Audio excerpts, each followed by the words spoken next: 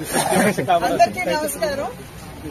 ఏ దేశమైనా సరే ఆ దేశంలో మౌలిక సదుపాయాలు మనం మెరుగుపరుచుకున్నప్పుడే ఆ దేశం అభివృద్ధి చెందేటువంటి అవకాశం కూడా ఉంటుంది. అభివృద్ధి కూడా అక్కడ ఉన్నటువంటి మౌలిక సదుపాయాల ఆధారపడి ఉంటుంది. ఇవాళ ఈ మొరంపూడి బ్రిడ్జ్ ఏదైతే ఉందో ఎప్పుడో శాంక్షన్ అయినప్పటికీ అది త్వరితగతిన కానిటువంటి సందర్భం మనందరికీ తెలుసు. అయితే ఆ నేపథ్యంలో ఇవాళ ఈ యొక్క బ్రిడ్జ్ ని ఇనాగ్రేట్ చేసుకోవడం జరుగుతుంది. అయితే ఈ బ్రిడ్జ్ మీద వాహనాలు రాకపోకలు మొదలైన తర్వాత పక్కన ఉన్నటువంటి సర్వీస్ రోడ్స్ ఏవైతే ఉన్నాయో అవి కూడా చాలా ఇబ్బందికర పరిస్థితుల్లో ఉన్నాయి.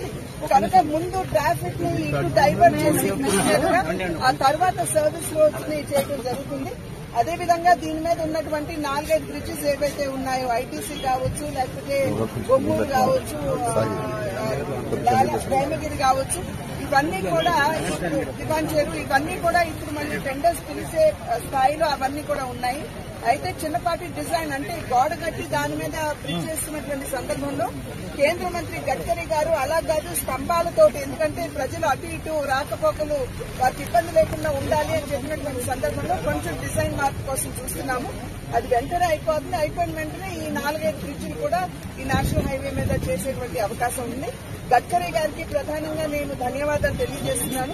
ఎందుకంటే వారు వెంటనే స్పందిస్తూ ఎప్పటికప్పుడు ఆంధ్ర రాష్ట్రానికి కావాల్సినటువంటి రోడ్ల సౌకర్యం కావచ్చు వీటి మీదకి దృష్టి సారిస్తూ వారు అన్ని విధాలా కూడా రాష్ట్రానికి తన సహకారాన్ని అందిస్తున్నటువంటి సందర్భంలో వారికి నా ధన్యవాదాలు తెలియజేస్తున్నాను.